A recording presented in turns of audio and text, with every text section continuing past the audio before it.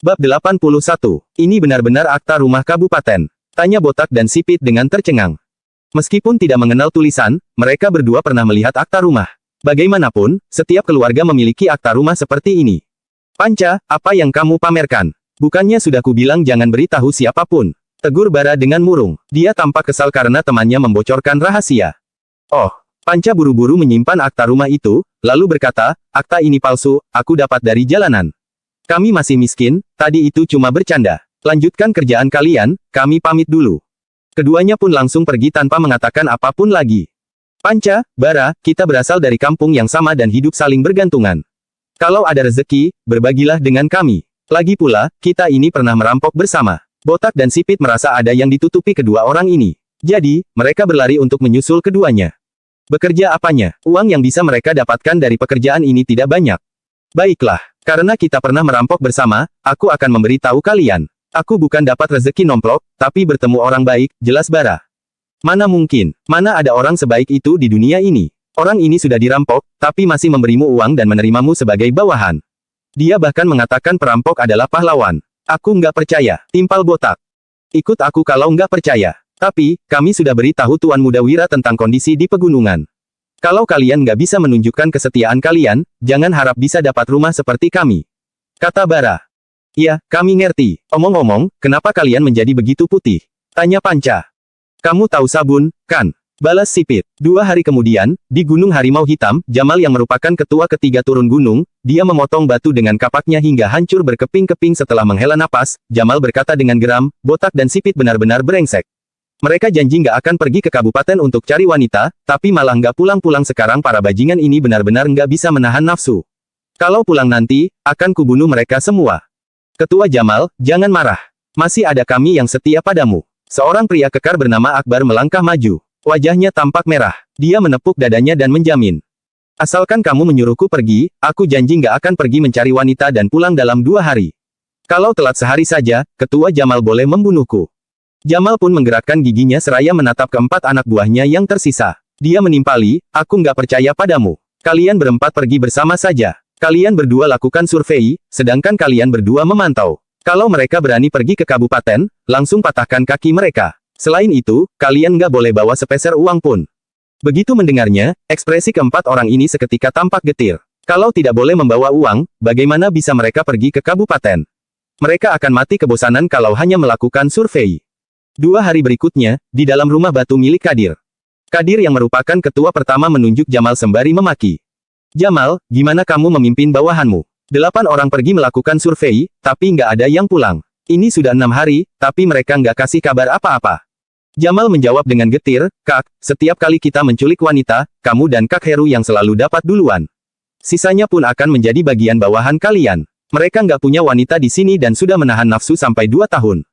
Setelah punya kesempatan, mereka mungkin jadi lupa diri, meskipun sangat membenci para bawahannya itu, Jamal harus membela mereka sekarang dengan begini, bukan dia yang tidak bisa memimpin, tetapi karena pembagian wanita di desa ini tidak adil.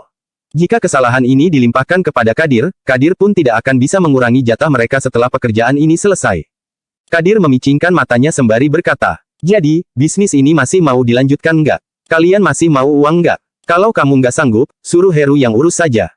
Nggak mau, aku bisa sendiri. Jamal berdiri sambil menggertakkan gigi, lalu meneruskan. Kak, kamu tenang saja. Aku akan turun tangan sendiri, aku akan membawa bawahanku, lalu bertindak setelah memahami situasinya. Kamu mau pergi? Kadir tertegun sejenak mendengarnya. Kemudian, dia menggeleng sembari berkata, lihatlah janggutmu itu. Banyak orang di Kabupaten Uswal yang mengenalmu. Kamu akan langsung ketahuan kalau pergi ke desa. Aku akan mencukurnya, teriak Jamal sambil mengambil kapak. Setelah menggosok wajahnya sebentar, dia hampir mencukur abis janggutnya. Dia melanjutkan dengan tegas, aku bukan hanya akan membunuh pria bermarga Darmadi itu, tapi juga mencari para bawahan brengsek itu. Aku akan bawa mereka pulang dan beri mereka pelajaran. Kadir menggeleng seraya menghela napas, lalu menyahut. Bunuh saja pria bermarga Darmadi itu. Kamu nggak usah pergi ke rumah bordil, takutnya nggak mau pulang lagi nanti. Wanita-wanita di sana, hais. Bab 82, tempat ini dusun Darmadi. Benar, Pak. Setelah masuk ke dusun, jangan panggil aku seperti itu, panggil saja Tuan. Baik, Tuan. Setelah bertemu dengan Tuan itu, ingat untuk bersikap hormat padanya. Baik, Tuan. Sebuah kereta kuda memasuki dusun Darmadi. Setelah Regan menyibatkan tirai kereta, Iqbal pun berjalan turun. Keempat petugas pengadilan menyamar menjadi pelayan. Pisau dan busur silang pun disembunyikan di dalam kereta kuda. Selagi Danur pergi melapor, Iqbal berhasil menjatuhkan Eko dan Rangga, juga menghancurkan prestise Radit. Dia memanfaatkan situasi ini untuk menyerang, hingga akhirnya menguasai sebagian besar pengadilan daerah. Kemudian, Iqbal juga dengan susah payah menuliskan catatan tentang perobohan tembok pasar dan hiburan malam. Selesai melakukan semua itu, dia baru punya waktu untuk datang ke tempat yang sudah lama dipikirkannya, yaitu Dusun Darmadi. Pada hari pelaporan, Iqbal sudah mendengar tentang masalah di pasar ikan dari Regan. Beberapa patah kata yang diucapkan Wira membuat para rakyat yang penakut hampir melakukan kekerasan. Metode memanipulasi hati orang seperti ini bisa dibilang sangat tak terduga. Jika orang hebat seperti ini bersedia bekerja untuk istana, mereka pasti akan mendapatkan keuntungan besar. Sekelompok orang itu berjalan masuk ke dusun. Ketika para penduduk melihat dari kejauhan, mereka pun mulai bergosip. Pak Regan, Iqbal mengamati para penduduk itu, lalu berkata, aku merasa penduduk di tempat ini berbeda dengan desa lain. Tuan, penduduk di Dusun Darmadi terlihat lebih putih dan segar. Banyak yang tersenyum bahagia, seolah-olah hidup mereka penuh dengan harapan, jawab Regan. Dia sangat ahli dalam observasi sehingga langsung mengetahui perbedaan ini. Benar, Iqbal mengangguk dengan puas, lalu menghampiri seorang pria buta dan bertanya, Kak, kamu terlihat senang sekali. Apa ada kabar bahagia di rumahmu?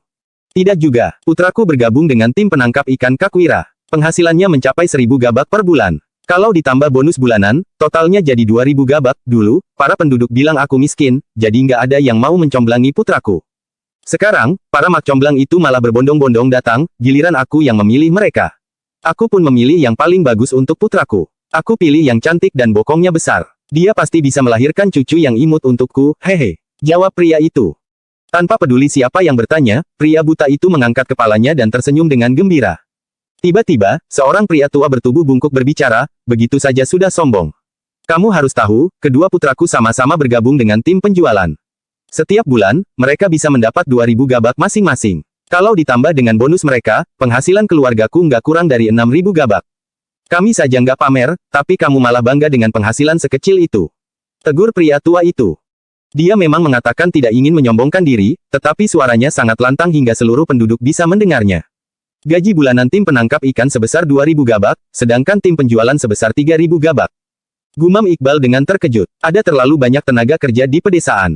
Banyak penduduk yang bersedia tidak digaji, asalkan bisa makan kenyang sekalipun melakukan pekerjaan yang sangat berat, mereka juga hanya akan mendapatkan gaji kecil. Namun, Wira begitu murah hati sampai-sampai memberi penduduk desa gaji bulanan sebesar 2.000 hingga 3.000 gabak. Kebaikannya ini sangat membantu para penduduk. Sekelompok orang itu melanjutkan perjalanan. Banyak anak kecil yang menatap mereka dengan penasaran. Kini, banyak orang asing yang sering datang ke Dusun Darmadi. Lantaran sudah sering melihat orang-orang seperti ini, para anak kecil pun tidak begitu ketakutan lagi. Iqbal menghampiri seorang anak kecil, lalu bertanya. Siapa namamu? Anak kecil imut itu mengenakan celana selangkangan terbuka. Terlihat ingus di bawah lubang hidungnya. Dia menjawab dengan suaranya yang kekanak-kanakan, namaku Taro Darmadi. Iqbal menyodorkan sebuah permen, lalu berkata, permen ini untukmu. Coba beritahu paman, kenapa tangan dan wajah kalian bisa begitu bersih. Dia sudah sering mengunjungi berbagai desa. Wajah dan tangan anak-anak di desa lain selalu terlihat hitam dan kotor. Namun, anak-anak di Dusun Darmadi justru berbeda. Memang ada beberapa yang hitam, tetapi ada juga yang terlihat sangat putih. Nggak mau, teriak Taro sambil meletakkan tangannya di belakang dan menggeleng. Kemudian, dia menjelaskan dengan ingus yang masih menggantung di hidungnya, Kak Wira bilang, orang asing yang memberi kami permen adalah penjahat yang mau menculik dan menjual kami. Setelah itu, kami pun nggak bisa bertemu dengan orang tua kami lagi. Aku nggak mau makan permen dari penjahat. Penjahat, gumam Iqbal yang merasa lucu. Dia jelas-jelas adalah orang yang begitu terhormat, tetapi malah disebut penjahat oleh anak kecil ini. Bab 83, Plak. Hani tiba-tiba berlari menghampiri. Dia menggendong Taro dan memukul pantatnya. Kemudian, dia berkata sambil memperlihatkan senyuman waspada dan minta maaf, Tuan, anak ini hanya bicara sembarangan. Tolong jangan marah padanya. Nggak masalah, anak kecil memang seperti itu. Iqbal tersenyum sambil melambaikan tangannya, lalu mengalihkan topik pembicaraan dengan bertanya. Aku penasaran, kenapa penduduk di Dusun Darmadi lebih putih dari penduduk di desa lain? Aku kira Tuan ingin bertanya hal penting. Hani yang tampak waspada seketika menghela napas lega. Dia menjawab, Kak Wira membagikan sabun kepada kami. Dia bilang kami harus menjaga kebersihan karena kuman ada di mana-mana. Kulit kami pun menjadi bersih setelah sering mandi dengan sabun itu, padahal dulunya kami juga hitam. Iqbal bertanya dengan tidak percaya. Maksudmu, sabun itu buatan Tuan Wira sendiri? Belakangan ini, toko kelontong keluarga Wibowo menjual sejenis sabun yang bisa mencuci tangan dan wajah hingga sangat bersih. Namun, harganya sangat mahal. Satu sabun batang seharga 3.000 gabak yang setara dengan gaji kepala petugas patroli. Begitu sabun ini muncul di pasaran, para nona dari keluarga kaya pun tidak menggunakan sabun zaman kuno lagi. Tuan Wira memang hebat. Seperti yang dikatakannya di kediaman Linardi waktu itu, target bisnisnya adalah keluarga kaya. Baru beberapa waktu berlalu, tetapi Tuan Wira sudah berhasil sekarang. Perkataannya benar-benar bisa diandalkan. Kamu kenal Kak Wira? Tanya Hani sembari mengamati Iqbal setelah mendengarnya. Sorot matanya tampak sangat waspada, suaminya mengatakan bahwa ada orang yang ingin mencelakai Wira. Itu sebabnya, mereka pun disuruh untuk lebih berhati-hati pada orang asing. Kami pernah berhubungan. Tuan Wira mengajariku sangat banyak hal, aku datang kemari untuk berterima kasih padanya. Iqbal tersenyum, lalu meminta benda di tangan Regan dan melanjutkan, jangan khawatir, aku bukan orang jahat. Aku bisa menyuruh mereka menungguku di sini. Kalau begitu, ikuti aku. Hani baru merasa lega sekarang. Dia membawa Iqbal ke rumah Wira, tetapi Wira malah sedang keluar, Wulan pun menyambut kedatangan Iqbal. Setelah meletakkan hadiah yang dibawanya, Iqbal pergi ke ruang makan dengan bersemangat. Sekarang sudah siang, jadi makan siang sudah selesai dimasak. Tim penangkap ikan berhenti bekerja, sedangkan tim penjualan kembali dari pasar, begitu juga dengan tim pembelian. Sekelompok orang itu mencuci tangan dengan tertib. Setelah itu, mereka berbaris untuk mengambil makanan, wajah mereka dipenuhi senyuman, mereka membahas tentang hasil panen masing-masing hari ini dengan antusias. Iqbal merasa sangat senang saat melihat pemandangan yang begitu harmonis ini. Beberapa saat kemudian, dia baru memejamkan matanya sambil bergumam. Rupanya, seperti ini surga keluarga Darmadi yang dimaksud Tuan Wira. Tuan, kalau kamu nggak keberatan, panggil saja bawahanmu kemari untuk makan, ujar Hani yang membawa juru masak bersamanya. Mereka mengangkat sebuah meja, lalu menyajikan nasi, sayur-sayuran, sup telur, daging sapi, ikan goreng, dan lobak goreng. Mana mungkin aku keberatan. Semua makanan ini bahkan lebih enak dari yang biasa ku makan. Iqbal duduk sembari tersenyum, lalu menoleh dan melambaikan tangannya untuk memanggil yang lain. Regan, suruh semua orang kemari. Kita akan makan bersama. Regan pun membawa keempat petugas pengadilan, lalu duduk dengan gugup. Mereka sangat hati-hati saat mengambil makanan, bahkan hanya menduduki setengah kursi mereka. Melihat mereka mulai makan, Hani memulai pembicaraan, Tuan, begitu melihatmu, aku tahu kamu bukan orang jahat. Kamu terlihat sangat berpendidikan seperti Kak Wira. Aku rasa kamu orang yang sangat baik. Setelah menelan makanannya, Iqbal tersenyum sambil bertanya. Kalau begitu, kenapa kakak begitu waspada saat melihatku? Hani melirik ke kanan-kiri, lalu menjawab. Suamiku bilang, ada yang ingin mencelakai Kak Wira. Dia menyuruh kami untuk berhati-hati pada orang asing. Tapi, aku yakin kamu adalah orang baik. Kamu nggak mungkin melakukan kejahatan. Krek, tatapan Iqbal seketika menjadi muram, ekspresinya juga tampak mengerikan. Dia mematahkan sendok di tangannya. Regan dan keempat petugas pengadilan itu langsung merasa tegang. Mereka sampai tidak berani mengunyah makanan di dalam mulut mereka. Kamu pasti takut, kan? Pelajar seperti kalian memang penakut, pulanglah setelah selesai makan, beberapa hari ini, dusun kami benar-benar nggak aman. Kak Wira dan suamiku selalu pergi pagi pulang malam. Kamu belum tentu bisa bertemu dengannya, pesan Hani. Setelah mengambilkan sendok baru, dia pun langsung pergi. Iqbal terdiam sejenak sebelum memerintah. Cepat makan. Begitu mendengarnya, Regan dan keempat petugas pengadilan itu pun bergegas makan. Selesai makan, Iqbal memerintah dengan dingin. Kembali ke pengadilan daerah, lalu segera utus tim penangkapan kemari. Semuanya harus bersenjata lengkap. Bunuh semua orang yang ingin mencelakai Tuan Wira. Bab 84. Iqbal tidak pergi, melainkan terus menunggu. Sore harinya, dia akhirnya bertemu dengan Wira yang sudah pulang. Wira duduk di gerobak sapi yang mengangkut begitu banyak potongan kayu dan irisan bambu. Hasan dan Danu menggiring sapi di kedua sisi. Mereka berdua seperti sedang mengawal Wira. Tuan, teriak Iqbal sambil bergegas berlari menghampiri. Penampilannya ini terlihat seperti orang yang melihat secercah harapan, keempat petugas pengadilan termangu melihatnya. Reaksi majikan mereka ini persis dengan reaksi mereka saat bertemu dengan Iqbal. Wira melompat dari gerobak sapinya, lalu memberi hormat dan bertanya dengan heran. Pak Indra, kenapa kamu datang ke sini? Wah, Tuan ini benar-benar hebat. Dia membuat seorang sarjana mengejarnya dari kabupaten ke desa. Jangan memanggilku dengan begitu hormat. Iqbal berbalik, lalu menangkupkan tangannya sembari berkata. Aku datang kemari untuk minta maaf. Nama asliku adalah Iqbal Mulyo, Indra hanya nama samaranku. Nama samaran, Wira mengangguk. Seraya terkekeh-kekeh, lalu menimpali. Aku ngerti, di dunia ini, memang banyak orang yang memakai topeng. Topeng, tanya Iqbal dengan bingung. Wira pun menjelaskan. Maksudku melakukan penyamaran. Deskripsi ini sangat tepat. Aku nggak ngangka, ternyata Tuan begitu pintar bermain kata-kata, ujar Iqbal sambil memberi hormat lagi. Dia benar-benar kagum terhadap Wira. Wira tidak tahan lagi melihatnya. Dia menegur, kalau kamu bersikap begitu hormat lagi, sebaiknya kamu pulang ke tempatmu. Seorang pria parubaya berusia 40 tahun malah terus memberi hormat saat berbicara dengan seorang pemuda. Sementara itu, para petugas pengadilan merasa gugup mendengarnya. Tuan ini benar-benar pemarah. Dia orang pertama di Kabupaten Uswal yang berani mengusir majikan mereka. Baik, Tuan, sahut Iqbal sembari bangkit dan tersenyum getir, kemudian, mereka berdua berjalan ke tempat yang sepi. Iqbal berkata, tujuan kedatanganku yang kedua yaitu mengundang Tuan turun gunung. Aku ingin menawarkan Tuan menjadi asisten penasihat kiri. Kita akan membangun negara bersama. Penasihat kiri sangat menghargai bakat Iqbal. Sebelum meninggalkan ibu kota, penasihat kiri berpesan kepadanya bahwa dia boleh merekomendasikan orang berbakat untuk menjadi asistennya. Dalam sistem kabinet kerajaan Nuala, penasihat kanan adalah yang utama, sedangkan penasihat kiri bertugas sebagai pendamping. Mereka sama-sama membantu raja. Dengan kata lain, penasihat kiri adalah tokoh ketiga berkuasa di kerajaan Nuala, juga reformis kerajaan Nuala, hanya orang yang benar-benar berbakat yang bisa mendapatkan rasa kagum dari penasihat kiri. Menjadi menteri. Enggak. Wira buru-buru menggeleng, lalu meneruskan, aku sama sekali nggak ngerti urusan negara. Mana mungkin aku bisa menjadi asisten penasihat kiri? Tuan, aku nggak sehebat itu. Meskipun mengerti tentang politik, Wira tidak akan pernah bergabung dengan kerajaan dan tunduk kepada kekuasaan. Apalagi, kerajaan Nuala sudah berusia 238 tahun sekarang. Tuan, jangan bahas urusan politik, kita ngobrol santai saja. Kalau suatu negara telah mencapai tahap seperti kerajaan Nuala, apa yang harus dilakukan supaya bisa berjaya kembali? Mohon ajarannya, tanya Iqbal sambil tersenyum. Jika Wira tidak memahami urusan negara, siapa lagi yang memahaminya di dunia ini?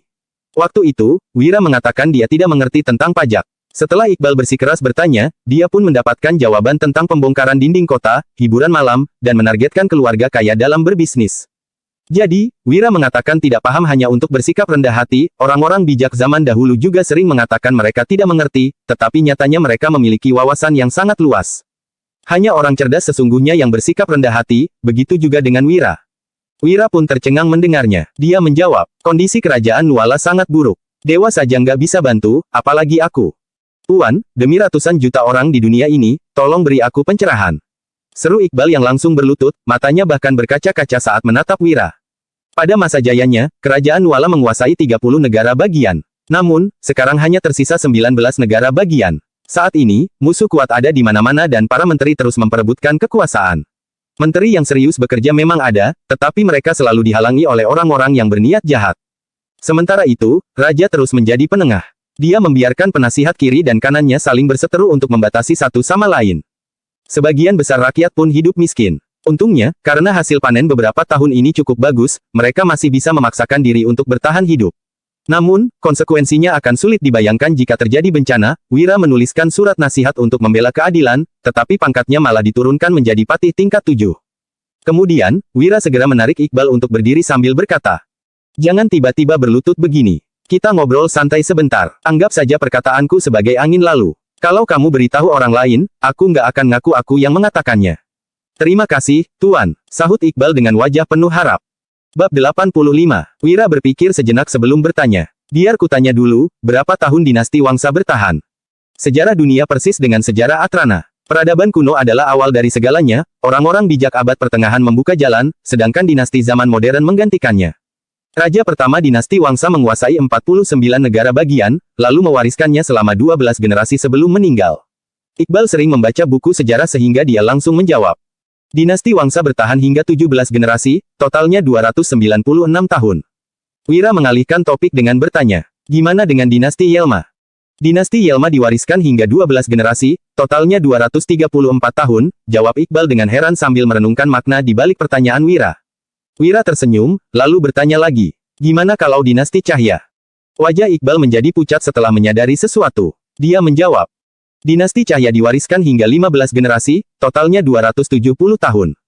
Wira lagi-lagi bertanya, kalau dinasti Malku? Iqbal bercucuran keringat dingin saat menjawab. Bertahan sampai 13 generasi, totalnya 245 tahun. Tidak berhenti sampai situ, Wira melanjutkan. Dinasti Jenggara. Tubuh Iqbal seketika terhuyung hingga terjatuh ke tanah. Dia mulai gemetaran, lalu menjawab. Bertahan sampai 11 generasi, totalnya 220 tahun. Dinasti Wangsa, Yelma, Cahya, Malku, Jenggara, dan yang terakhir adalah Nuala. Iqbal dulu khawatir kerajaan Nuala akan jatuh, tetapi dia merasa masih ada cara untuk menyelamatkannya. Sekarang, urutan yang disusun oleh Wira telah memberitahunya sebuah fakta, yaitu kerajaan Nuala akan jatuh sebentar lagi. Iqbal sungguh mengagumi kecerdasan Wira. Dia bisa memahami misteri seperti ini dari buku-buku sejarah. Kamu sangat pintar dan baik hati. Tapi, kerajaan nggak akan bisa bertahan sampai 300 tahun. Manusia juga nggak bisa mengubah takdir ini, bagaimanapun, ini adalah hukum perkembangan sejarah, jelas Wira sembari menghela napas. Di zaman kuno, hal ini adalah sebuah misteri. Namun, setelah teknologi berkembang, anak kecil sekalipun akan tahu begitu membuka video tentang sejarah. Hukum perkembangan sejarah, gumam Iqbal dengan ekspresi putus asa. Tiba-tiba, dia kembali berkata dengan penuh semangat. Karena Tuan tahu tentang hukum ini, Tuan pasti pernah memikirkan strategi untuk menghadapinya. Tolong selamatkan para rakyat. Setiap kali pergantian dinasti, pasti ada banyak korban yang berjatuhan. Aku ini manusia, bukan dewa. Wira memicingkan matanya sambil melanjutkan. Apa kamu tahu penyebab goyahnya kerajaan Nuala? Iqbal mengangguk, lalu menjawab. Kerajaan Nuala telah berkembang selama lebih dari 200 tahun, tapi penyerobotan tanahnya sangat serius, semua tanah itu direbut oleh para keluarga kaya dan berkuasa. Beberapa dari mereka dibebaskan dari pajak, sedangkan beberapa lagi menghindari pembayaran pajak. Yang bayar pajak malah para petani yang kesusahan itu. Negara nggak bisa melatih tentara kalau nggak dapat uang. Sementara itu, musuh sedang mengintai di mana-mana. Lanjut Iqbal. Wira memicingkan matanya, lalu bertanya. Jadi, kamu sudah tahu apa yang harus kamu lakukan sekarang? Iya, kalau ingin kerajaan Nuala bertahan, orang-orang kaya itu harus bayar pajak. Jawab Iqbal. Kemudian, dia memberi hormat sambil berkata. Tapi, aku masih butuh nasihat Tuan tentang cara mempraktikkannya. Mendengar ini, Wira berjalan pergi sambil menimpali. Rakyat miskin, hanya perlu membayar pajak tanah, sementara orang kaya diwajibkan membayar pajak penghasilan. Asalkan berhasil diterapkan, kerajaan Nuala masih bisa bertahan hingga 100 tahun. Tapi, kamu harus tahu, siapapun yang memberi usul ini akan dibenci oleh para menteri dan cendekiawan. Rakyat miskin hanya membayar pajak tanah, orang kaya wajib membayar pajak penghasilan. Gumam Iqbal dengan mata berbinar-binar. Setelah itu, dia berlutut menghadap Wira dan bersujud 3 kali seraya berkata. Asalkan kerajaan Nuala bisa bertahan 100 tahun lagi, aku nggak keberatan kalau mati. Aku mewakili rakyat kerajaan Nuala berterima kasih kepada Tuan. Para pejabat dan bangsawan memiliki hak istimewa bebas pajak. Siapapun yang berani mengusulkan memungut pajak dari mereka, itu sama saja dengan bermusuhan dengan para cendekiawan. Namun, Iqbal tidak keberatan jika harus bermusuhan dengan orang-orang itu. Baginya, membantu para rakyat dan mempertahankan kerajaan Nuala hingga ratusan tahun lagi barulah hal terpenting. Tiba-tiba, Regan menghampiri Iqbal, dia melapor dengan sungguh-sungguh. Pak Iqbal, aku sudah menyelidikinya. Ada yang menyewa 3 penguasa desa 3 harimau untuk membunuh Tuan Muda Wira. Sorot mata Iqbal menjadi muram saat bertanya. Sudah tahu siapa pelakunya? Belum. Regan merasa sangat gugup, lalu melanjutkan. Tapi, waktu membawa pasukan kemari, aku kebetulan menemukan sekelompok orang yang mencurigakan.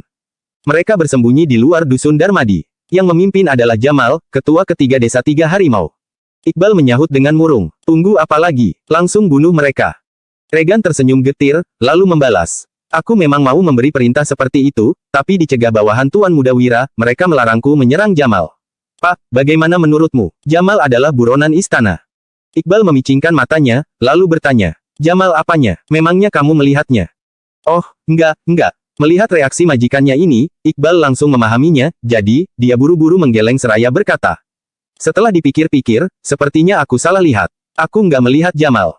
Iya, Iqbal pun mengangguk sembari, memperingatkan. Lain kali, kamu harus menuruti perkataan Tuan Wira. Lihat jelas apa yang boleh kamu lihat. Kalau nggak boleh, tutup saja matamu. Baik, Pak, sahut Regan yang bercucuran keringat dingin. Kemudian, dia membatin. Entah kehebatan apa yang dimiliki Tuan Muda Wira ini, kenapa majikannya yang selalu menolak untuk tunduk begitu menurutinya. Di sisi lain, Iqbal sedang berpikir keras. Tuan Wira, apa tujuanmu membiarkan para preman itu masuk ke desa? Bab 86. Beli kulit hewan, silakan dijual kepada kami. Teriak Jamal. Jamal yang sudah mencukur janggutnya bukan hanya tidak terlihat garang lagi. Kini, wajahnya yang bulat justru terlihat agak lucu. Dia menyamar sebagai pedagang. Meskipun terus berteriak, tatapannya yang jahat terus memindai ke sekeliling. Di belakangnya, terlihat 2 bawahan yang mengangkat keranjang. Bagian atas keranjang itu ditutup dengan kulit hewan, sedangkan bagian dalamnya terdapat kapak dan pisau yang disembunyikan. Meskipun sikap Jamal sangat sembrono, dia selalu mengusahakan yang terbaik jika sudah membuat keputusan. Demi survei kali ini, Jamal telah membuat persiapan matang. Itu sebabnya, dia menyamar menjadi pedagang yang menerima kulit hewan. Cara ini bukan hanya bisa menyembunyikan identitas mereka, tetapi juga memudahkan mereka mengobrol dengan penduduk desa. Asalkan memastikan target mereka ada di rumah, mereka bisa membawa orang untuk menghabisinya malam nanti. Ketika berpikir demikian, tiba-tiba terdengar sebuah suara yang familiar. Ketua Jamal, rupanya kamu. Kenapa kamu mencukur janggutmu? Kami hampir nggak bisa mengenalimu. Panca, Bara, Botak, Sipit, Akbar, ujar Jamal saat melihat kedelapan bawahannya yang mengenakan pakaian berwarna cerah dan tampak bersemangat sedang berdiri di persimpangan. Jamal langsung murka. Dia berkata dengan geram, "Dasar bajingan, kalian sudah lupa dengan kerjaan kalian. Kenapa kalian nggak mati saja setelah bermain begitu lama dengan wanita?" Kalau bukan karena mereka sedang berada di Dusun Darmadi, Jamal pasti sudah menghajar kedelapan bajingan ini sampai mati. Bermain dengan wanita, Panca langsung mengerti. Dia tergelak sebelum menjawab, "Ketua Jamal, apa yang kamu pikirkan? Kami nggak cari wanita, kami terus di Dusun Darmadi ini." "Apa, jangan-jangan, kalian ditangkap penduduk Dusun Darmadi?" tanya Jamal. Namun, setelah melihat penampilan kedelapan orang itu, Jamal menggeleng sambil berkata, "Nggak mungkin, kalian nggak seperti orang yang ditangkap. Jangan sok misterius begini, cepat katakan yang sebenarnya. Kalau nggak, aku akan langsung membunuh kalian." Jamal merasa ada yang tidak beres saat melihat kedelapan bawahannya ini. Mereka sepertinya tidak takut padanya lagi. "Ketua Jamal, kamu nggak akan bisa kabur kalau membunuhku di sini." Panca memasang ekspresi muram, lalu meneruskan, "Di Dusun Darmadi ini, ada yang kemampuan bela dirinya lebih hebat darimu. Begitu kamu menyerangku, mereka akan langsung muncul. Kamu hanya bawa 2 bawahan, nggak akan cukup untuk melawan mereka. Kalian pun belum tentu bisa kabur." Panca cukup takut dengan Jamal sebelumnya, tetapi tidak untuk sekarang. Bagaimanapun, kelak dia akan menjadi penduduk kota, sehebat apapun Jamal ini, dia tidak akan berani masuk ke kota. "Panca, kamu akan mati. Berani sekali kamu bicara begitu padaku," bentak Jamal yang marah. Namun, dia segera paham sehingga bertanya, "Kamu sudah berpihak pada pria bermarga Darmadi itu, ya? Kamu ingin mengkhianati desa 3 harimau?" "Ketua Jamal, mana mungkin aku seberani itu?" Panca berkata dengan sungguh-sungguh. "Aku hanya ingin menasihatimu, jangan mencelakai Tuan Muda Wira. Kalau enggak, kamu nggak akan bisa punya keturunan. Setelah mati, kamu pun akan masuk ke neraka jahanam. Tanya saja pada yang lain kalau kamu nggak percaya." "Ketua Jamal, Panca bicara seperti itu demi kebaikanmu. Tuan Muda Wira sangat baik. Orang yang mencelakainya akan disambar petir dan mati mengenaskan," sahut Bara. "Benar, Ketua Jamal. Bara juga peduli padamu, makanya bicara begitu. Tuan Muda Wira benar-benar baik. Kamu akan mati kalau mencelakainya." Kedelapan orang itu menasihati Jamal satu persatu. "Brengsek, apa dia sudah menyihir kalian? Kenapa kalian terus membelanya?" bentak Jamal saat melihat para bawahan ini menentangnya. Rasanya, dia ingin sekali mencabik-cabik dan menguliti Wira sekarang juga. "Kami bukan membela Tuan Muda Wira. Semua ini demi kebaikanmu sendiri," seru Panca dengan emosional. Kemudian, dia menceritakan hal yang terjadi pada Gavin dan saudaranya. Mana mungkin ada orang seperti itu di dunia ini. Pencuri ingin mencelakainya, tapi dia melepaskan mereka setelah menangkapnya. Dia bahkan mengobati pencuri itu dan menerimanya sebagai bawahan, sahut Jamal yang kebingungan. "Ketua Jamal, aku tahu kamu nggak percaya. Aku juga merasa seperti sedang bermimpi," kata Bara.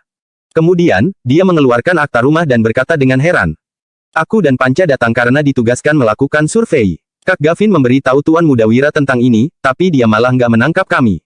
Dia bahkan membeli rumah kabupaten untuk kami, lalu mengajari kami berbisnis di kabupaten. Dia ingin kami menjadi orang kaya." "Beli rumah? Serius?" tanya Jamal setelah tertegun sejenak. Setelah itu, dia lanjut memaki, "Dasar bodoh. Orang berpendidikan seperti ini sangat licik. Dia beli rumah hanya untuk menipu kalian dan membuat preman desa 3 harimau iri. Dia ingin kalian diam-diam membocorkan informasi desa kalian. Rumah ini hanya umpan supaya dia bisa mengulur waktu. Mana mungkin dia benar-benar mengajari kalian cara berbisnis." Jamal yang bisa menjabat sebagai ketua ketiga desa 3 harimau tentu bukan orang bodoh. "Ketua Jamal, Tuan Muda Wira benar-benar nggak bohong," seru seseorang lagi. Bab 87. Botak yang kepalanya dibungkus dengan perban obat ikut bersuara. "Tuan Muda Wira benar-benar memberi kami resep rahasia bakso ikan. Dia juga membantu kami buka toko. Bisnis kami sudah jalan 3 hari dan pelanggannya makin ramai. Hari ini, keuntungan kami mencapai 10.000 gabak. Kalau dikurangi dengan modal, total pendapatan bersih kami adalah 4.000 gabak. Setelah dibagi rata, kami berdelapan bisa mendapat 500 gabak per hari. Selain itu, Tuan Muda Wira bahkan memberiku uang untuk mengobati infeksi jamur di kepalaku ini," lanjut Botak. Mendengar ini, orang lainnya pun ikut mengangkat kepala dengan bangga. Awalnya, mereka juga mengira Wira hanya memanfaatkan mereka untuk mengulur waktu. Namun, Wira malah mengajari mereka cara membuat bakso ikan, juga mencarikan toko di kabupaten untuk mereka. Dia juga membantu mereka berdelapan membuat surat perjanjian. Mereka sama-sama bekerja dan keuntungan pun dibagi rata. Kedai bakso ikan ini telah dibuka selama 3 hari. Setiap hari, bisnis mereka makin baik sehingga uang yang dihasilkan pun makin banyak. Mereka yakin akan segera bisa pindah ke kota dan menikah. Impian untuk menjadi kaya pun akan segera terrealisasikan. Itu sebabnya, siapapun yang ingin mencelakai Wira sama saja dengan mencari masalah dengan mereka. Mereka tidak akan membiarkan siapapun menyakiti Wira. Kedua preman yang berdiri di belakang Jamal seketika terkejut. Mereka merasa sangat iri setelah mendengarnya. Untuk apa merampok lagi kalau bisa menghasilkan 500 gabak per hari? Rasanya, mereka ingin sekali pergi mencari Wira sekarang juga. Untuk apa kalian beritahu aku soal ini? Kalian ingin aku ikut jual bakso ikan juga? Tanya Jamal. Dilihat dari ekspresi mereka, dia tahu bahwa kedelapan bawahannya ini tidak berbohong. Hal ini pun menyebabkan Jamal naik pitam. Kemampuan bela diri ketua Jamal sangat hebat. Nggak cocok kalau jualan bakso ikan bersama kami. Kemudian, Panca menyeringai sambil menambahkan, Tuan Muda Wira ingin mengobrol denganmu. Dia sudah menunggumu di hutan belakang desa. Mengobrol denganku. Jamal terkekeh-kekeh sinis, lalu mengambil kapaknya dan berkata, takutnya, dia sudah memasang perangkap di dalam hutan. Dia mungkin sedang bersiap-siap untuk menangkapku. Panca langsung memasang ekspresi suram. Dia menyahut, Ketua Jamal, perkataanmu ini kurang pantas. Tuan Muda Wira bukan orang seperti itu. Kalau dia ingin menangkapmu, mana mungkin menyuruh kami kemari. Bara juga tampak murung.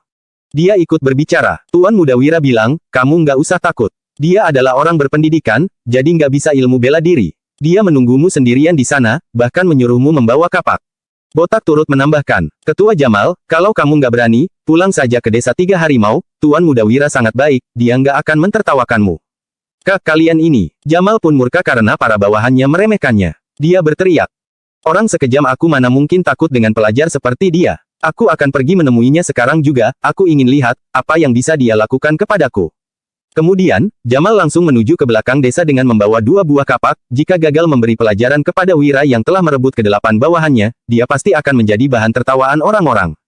Jamal akan langsung membunuhnya dengan kedua kapak ini jika Wira memang tidak membawa anak buah. Dengan demikian, misinya pun akan selesai.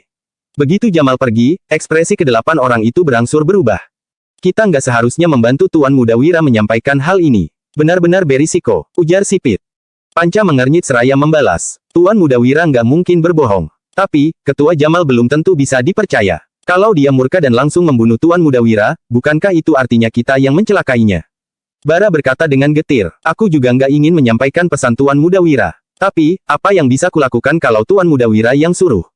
Tuan Muda sangat baik. Meskipun Ketua Jamal begitu kejam, dia pasti akan luluh dibuatnya. Semoga begitu, sahut yang lainnya. Mereka diam-diam berdoa agar Wira diberkati. Kemudian, kedua preman yang mengikuti Jamal tiba-tiba mendekat dan bertanya. Kak, apa kami boleh ikut kalian berbisnis bakso ikan? Kami nggak ingin jadi perampok lagi. Panca menyahut, kami hanya preman yang bertugas memantau dan nggak pernah membunuh siapapun. Tuan Muda Wira bersedia membantu kami membuka kedai di Kabupaten Uswal juga karena nggak ada yang mengenal kami.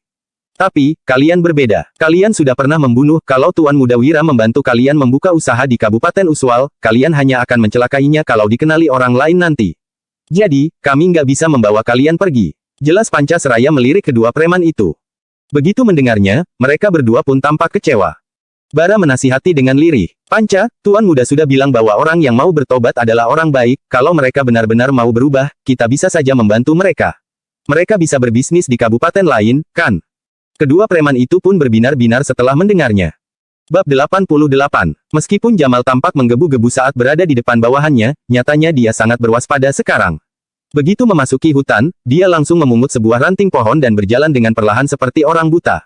Jamal khawatir ada jebakan penjepit hewan atau lubang yang sengaja digali. Bagaimanapun, ini adalah tipu muslihat yang sering digunakan di pegunungan.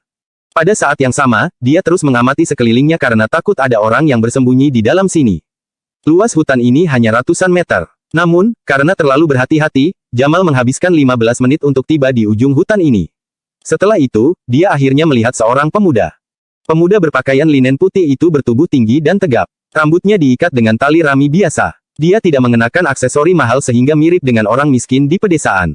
Meskipun demikian, pemuda ini sangat tampan dan berkarisma. Dia memiliki wibawa yang berbeda dengan orang desa. Saat ini, matahari sedang terbenam.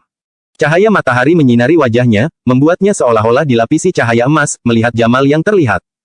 Bersemangat, Wira berkata dengan ekspresi datar. Kamu lebih berhati-hati dari yang kukira. Preman pegunungan sepertiku pasti sudah mati kalau ceroboh. Mana mungkin masih bisa menjadi ketua.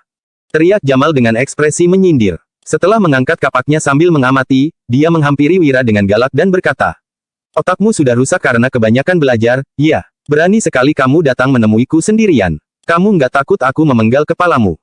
Wira pun tersenyum, lalu menimpali. "Coba kamu penggal kepalaku sekarang juga. Mari kita lihat, siapa yang akan mati duluan. Orang-orangmu pasti bersembunyi di sekitar. Di mana mereka? Cepat suruh mereka keluar. Kamu ini orang berpendidikan, mana boleh berbohong begini. Kamu bilang akan menemuiku sendiri, tapi malah memasang perangkap di sini," bentak Jamal.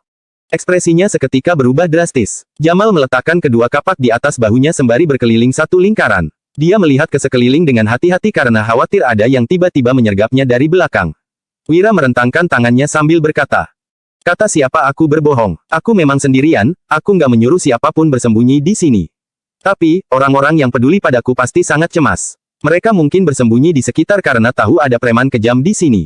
Tapi, aku sendiri juga nggak yakin." "Brengsek, cepat katakan, apa ada orang-orangmu di sini atau enggak?" bentak Jamal yang gelisah. Dia menatap sekeliling dengan gugup karena merasakan niat membunuh di mana-mana. Dia merasa tempat ini sangat berbahaya karena mungkin saja ada penyergapan.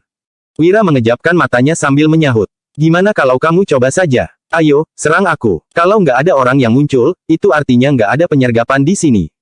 "Kamu kira aku bodoh?" timpal Jamal yang bercucuran keringat dingin. Dia membatin, pelajar licik ini terus menyuruhku menyerang. Dia pasti ingin memanfaatkan kesempatan ini untuk membunuhku. Aku nggak akan tertipu, aku nggak akan menyerang. Kemudian, Wira berjalan mendekat seraya berkata, "Karena kamu nggak mau menyerang, mari kita mengobrol saja. Memangnya ada yang bisa dibicarakan?" Tatapan Jamal tampak panik. Dia mundur dengan hati-hati, lalu berkata, "Kamu pelajar, sedangkan aku preman. Nggak ada yang perlu dibicarakan di antara kita juga nggak cocok untuk mengobrol. Jangan mendekat, aku tahu kamu ingin membunuhku." "Membunuhmu?" Wira kehabisan kata-kata dibuatnya. Dia menggeleng, lalu membalas dengan serius. "Kamu sudah salah paham. Aku hanya ingin mengajarimu cara menjadi perampok." "Mengajariku cara menjadi perampok?" Jamal tergelak seolah-olah telah mendengar lelucon paling konyol. Kemudian, dia melanjutkan, "Dasar kutu buku, otakmu pasti sudah rusak karena kebanyakan belajar. Sudah hampir 10 tahun aku menjadi perampok. Aku sudah merajalela di berbagai tempat dan merampok ratusan kali. Pemerintah daerah bahkan menawarkan hadiah 500.000 gabak bagi yang bisa menangkapku. Atas dasar apa kamu mau mengajariku?" Wira mengangkat alisnya sambil menjawab, "Karena aku tahu cara supaya kalian bisa menghasilkan uang yang lebih banyak, cara meminimalisir bawahan yang terluka, dan cara supaya nggak dikepung tentara.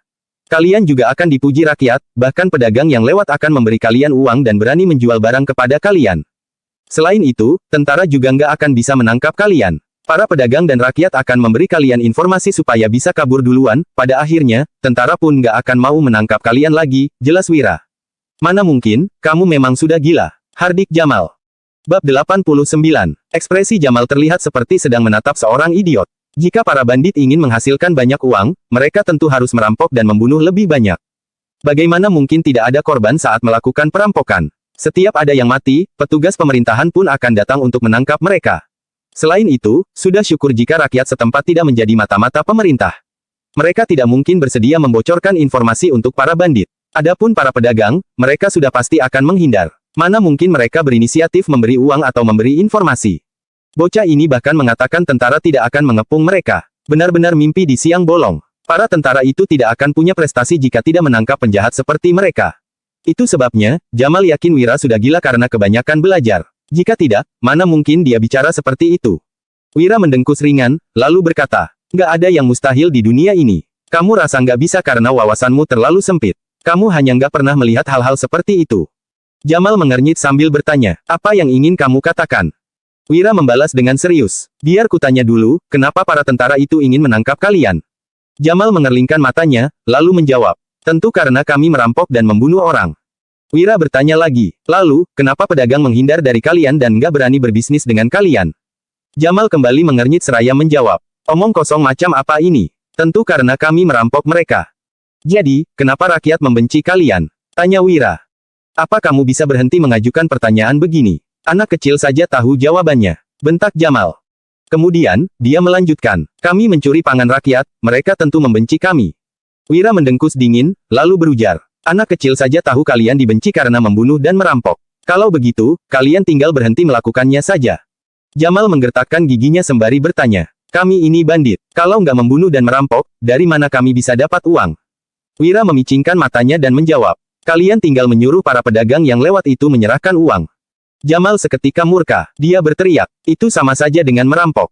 Uang yang kumaksud bukan uang hasil merampok. Kalian selalu ingin merampok semua barang para pedagang, wajar saja kalau mereka melawan.